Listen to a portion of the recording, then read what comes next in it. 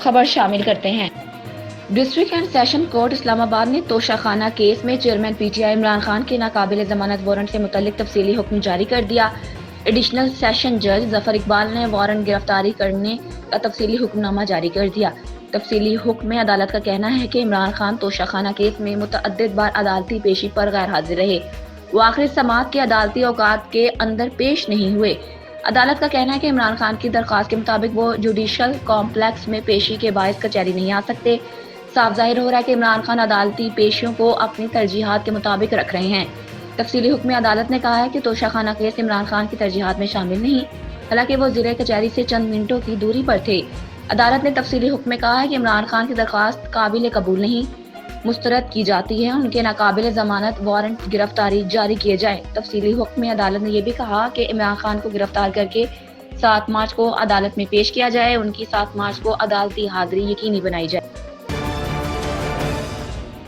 سابق وزیر داخلہ شیخ رشید نے کہا ہے کہ آج پاکستان کا اہم سیاسی دن ہے، سیاسی عدم استحکام سے آج چھٹکارا مل سکتا ہے۔ سپریم کورٹ کے باہر میڈیا سے گفتگو کرتے ہوئے شیخ رشید نے کہا کہ الیکشن ہی حل ہے۔ چیف جسٹس نے بھی یہی کہا۔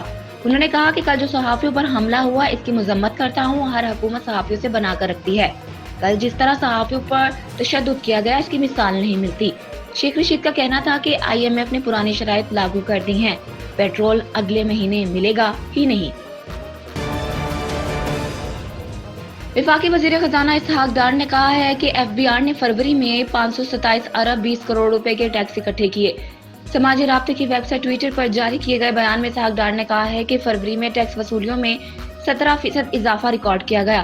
انہوں نے کہا کہ FBR نے رواں مالی سال کے پہلے 8 ماہ میں 4,493 ارب روپے کے محصولات اکٹھے کیے۔ وفاقی وزیر کا کہنا تھا کہ گزشتہ سال اسی عرصے میں 3,820 ارب روپے کے محصولات حاصل ہوئے تھے۔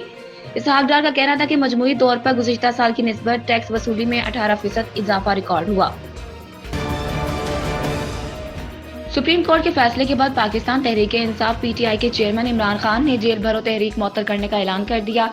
سماجی رابطے کی ویب سائٹ ٹویٹر پر جاری کیے گئے بیان میں عمران خان نے جیل بھرو تحریک معطل کرنے اور انتخابی مہم کے آغاز کا اعلان کر دیا۔ عمران خان نے کہا کہ سپریم کورٹ کے فیصلے کا خیر مقدم کرتے ہیں۔ سابق وزیر اعظم کا کہنا تھا کہ آئین کی پاسداری سپریم کورٹ کی ذمہ داری تھی، سپریم کورٹ نے بہادری سے اپنا کردار نبھایا۔ واضح رہے کہ سپریم کورٹ آف پاکستان میں چیف جسٹس عمر عطا بندیال نے از خود نوٹس کا فیصلہ سناتے ہوئے کہا کہ پنجاب اور خیبر پختونخوا اسمبلیوں کے انتخابات 90 روز میں ہوں گے۔ چیف جسٹس پاکستان عمر عطا بندیال نے فیصلہ سنانے کا آغاز قرآن کریم کی آیت سے کیا۔ سپریم کورٹ نے اپنے فیصلے میں کہا کہ جنرل انتخابات کا طریقہ کار مختلف ہوتا ہے، آئین میں انتخابات کے لیے 60 اور 90 دن کا وقت دیا گیا ہے، اسمبلی کی تحلیل سے 90 روز میں انتخابات ہونا لازم ہے۔ پنجاب اسمبلی گورنر کے دستخط نہ ہونے پر 48 گھنٹے میں خود تحلیل ہوئی، جبکہ خیبر پختونخوا اسمبلی گورنر کی منظوری پر تحلیل ہوئی۔